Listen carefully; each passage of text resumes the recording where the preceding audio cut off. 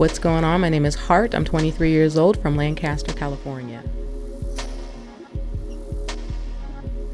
My family never saw me to be a humorous person, and neither did I for the longest time, because no one would ever laugh at anything that I had to say. But I guess it was back in high school, when I would be doing goofy things around the hallways with my friends, or making the teachers laugh or whatever it was. So definitely back in high school.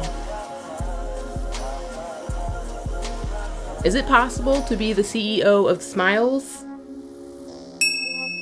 No, there's so many different directions I can place a career for myself. Either it's gonna be like a YouTuber or a comedian, or my first love is sound production, actually. I love being the boom person on film sets, and I could see myself jumping back into that. So as of now, it's just all YouTube and humor and laughter.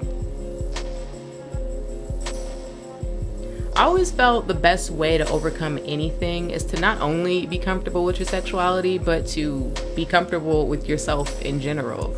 The way I handled it is just boom, bam, gay, in your face. And then everyone around me had to either love it or hate it, you know? You're gonna just push out the people who don't agree with how you wanna live your life. I always felt it was easier to ignore the hate rather than sitting there and listening to it, but there are some very powerful voices, and we can always express ourselves on how we feel about this hate to others. But for me, it's always been like a shoulder shrug. It's like, if you're taking the time out of your day to try and ruin my life, good luck, because it's not gonna work. I'd be lying if I said I was the world's most positive person all of the time, every hour, because no, I have those days where I just want to give up on life sometimes, but you choose to frown, you know what I mean? So choosing to smile usually patches things up for myself. I can't say that for everybody, but it's just much more easier to smile than to sit and frown for long periods of time. I still look at myself like an aspiring comedian, so the best advice that I can give anyone else is just keep going. Don't stop. Don't let anybody tell you that you are not worth it or you're not worthy to do the things that you love to do.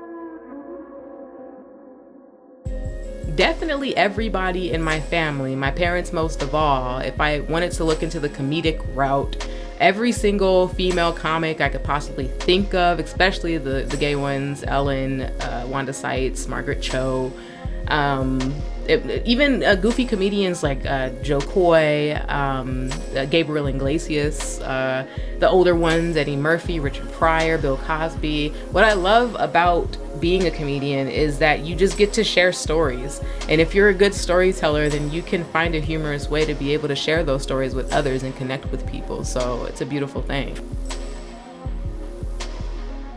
For now, I just kind of go off of my own life experiences for my comedy. And of course, YouTube. I watch YouTube numerous hours nonstop, and I get inspired by the people who are doing their thing on YouTube, and to see the trends and to see what type of sketches that these other people are doing, to learn new things, because that in itself is just inspiration right there. There are millions of people doing the exact same thing that I'm doing, and it's amazing to go and see and watch these other people grow as well. I'd say the coolest thing that's happened is being able to get recognized from people who have been doing this for several years now.